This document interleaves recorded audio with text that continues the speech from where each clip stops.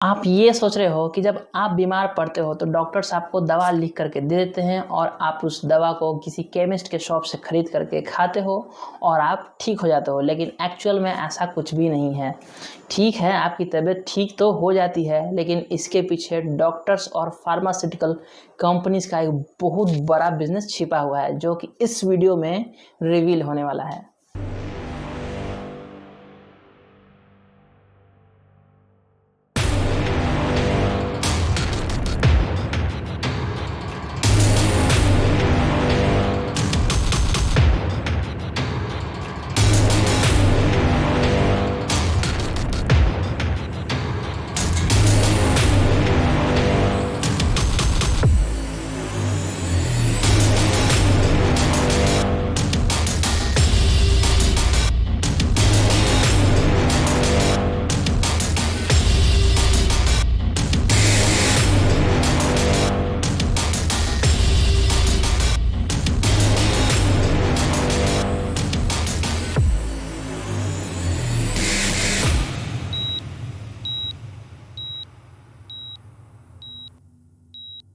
ये बिज़नेस ना सिर्फ केमिस्ट के काउंटर तक ही सीमित नहीं है।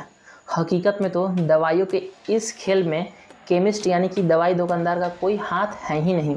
जो सबसे बड़ा हाथ है वो है डॉक्टर्स का, जो बड़े बड़े फार्मास्यूटिकल ब्रांड्स के साथ हाथ मिला करके खूब सारा पैसा बनाती है। फार्मास्यूटिकल कंपनीज अपनी दवाइयाँ को प्रिस्क्राइब करवाने के लिए डॉक्टर्स को इंसेंटिव्स देती है, यानी कि आसान शब्दों में घूस देती है डॉक्टर्स को कि आप इतना पैसा लो और हमारा ये दवाई इस पर्ची पे लिख दो ताकि हमारा सेल हो सके और इसके बदले में हम आपको बहुत सारा इंसेंटिव्स दे सकें। तो जो मेडिसिन्स दी जा रही हैं वो ज़रूरी नहीं कि वो सस्ती और अच्छी हो सकता है कि वो मेडिसिन्स महंगी हो और आपको ये लग रहा हो कि अरे ये तो बहुत महंगा दवाई है, चलो डॉक्टर कुछ सोच समझ करके ही लिखा होगा। लेकिन नहीं, यहाँ पे जो वो दवाइयाँ हैं वो एक पर्टिकुलर ब्रांड की है ना। उस ब्रांड की दवाई बिकेंगी तो उस डॉक्टर को फ़ायदा होगा, उस कंपनी को फ़ायदा होगा। आपका हेल्थ गया तेल लेने, क्योंकि आपका हेल्थ जो है वो एक प्रोडक्ट है और आपको पता ही नहीं चलता है कि आप किस तरीके से इस जाल में फंसते चले जा रहे हो।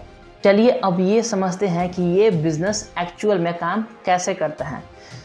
तो इसका पहला स्टेप होता है फार्मास्यूटिकल कंपनी से ही, जो अपने प्रोडक्ट्स को मार्केट में प्रमोट करने के लिए डॉक्टर्स को टारगेट करती हैं। अब आपको लगता होगा कि डॉक्टर आपके हेल्थ को बहुत ही ज़्यादा इम्पोर्टेंस दे रही होती है, बट एक्चुअल में ये सब बकवास की बातें हैं।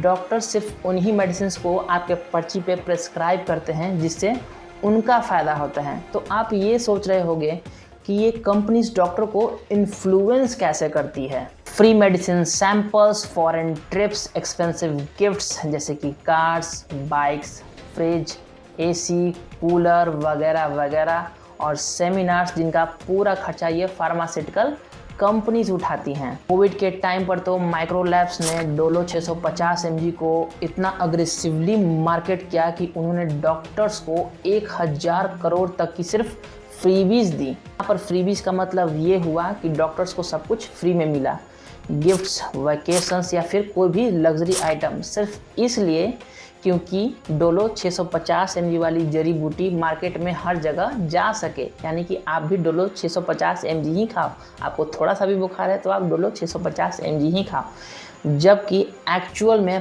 पैरासीटामोल की डोज सिर्फ 325 mg की होती है।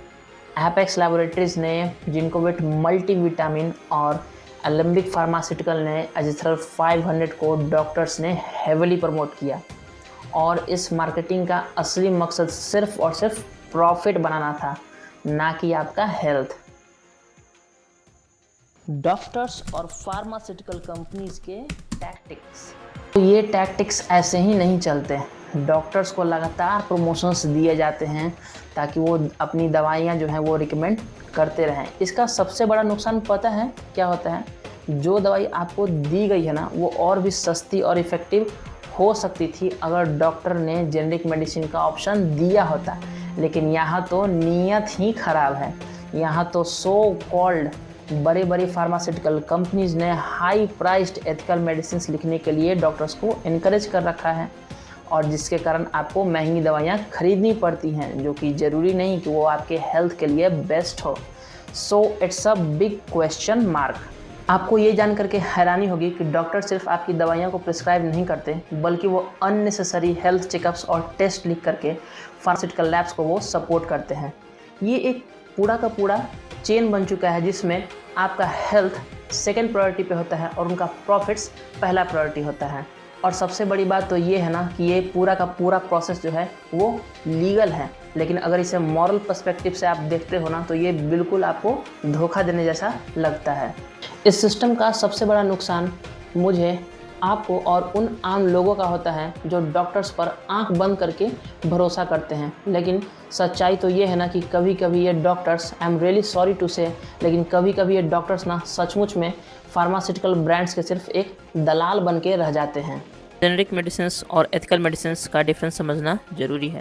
जेनरिक मेडिसिन्स में वही इंग्रेडिएंट्स यूज़ होते हैं जो सो कॉल्ड ब्रांडेड यानी कि एथिकल मेडिसिन्स में यूज़ होते हैं। ये असली दवा का सस्ता वर्जन होता है क्योंकि इनमें प्रमोशन, रिसर्च, मार्केटिंग या फिर टैक्सेस में पैसा खर्च होता ही नहीं है। जेनरिक मेडिसिन का काम ठीक वैसा ही होता है जैसा कि एथिकल मेडिसिन्स का होता है, लेकिन इनके प्राइसेस काफ़ी कम होते हैं। वही एथिकल मेडिसिन्स ब्रांडेड मेडिसिन्स होती हैं क्योंकि कंपनीज इन्हें प्रमोट करने के लिए बहुत सारा पैसा खर्च करती है, एडवर्टीजमेंट पे, डॉक्टर्स पे या और भी कई तरीके से। कुछ लोग जेनरिक मेडिसिन को ब्रांडेड मेडिसिन बता करके आपको 10% डिस्काउंट पर बेच देते हैं और आपको ये लगता है कि अरे मुझे तो डिस्काउंट मिल गया, यानी कि मान के चलो कि एक प्रोडक्ट का MRP अगर 100 रुपये है तो वो आपको 90 रुपये में उसने बेच दिया। लेकिन एक्चुअल में ये बात नहीं है। वो मेडिसिन आपको 50 से 60% डिस्काउंट पर मिल सकती थी, लेकिन सामने वाला इंसान ने आपको सच बताया ही नहीं और उसने आपको 10% डिस्काउंट पर बेच करके आपको बेवकूफ़ बना दिया। मैं आपसे बिल्कुल भी झूठ नहीं बोलूँगा। मैं लास्ट ईयर मैं अपनी मम्मी को ले करके हॉस्पिटल में गया हुआ था एक बार, तो उसमें जो है एक इंजेक्शन दिया जाता है। मेरी माँ को एक इंजेक्शन की ज़रूरत पड़ी थी, तो डॉक्टर ने वो इंजेक्शन लिखा।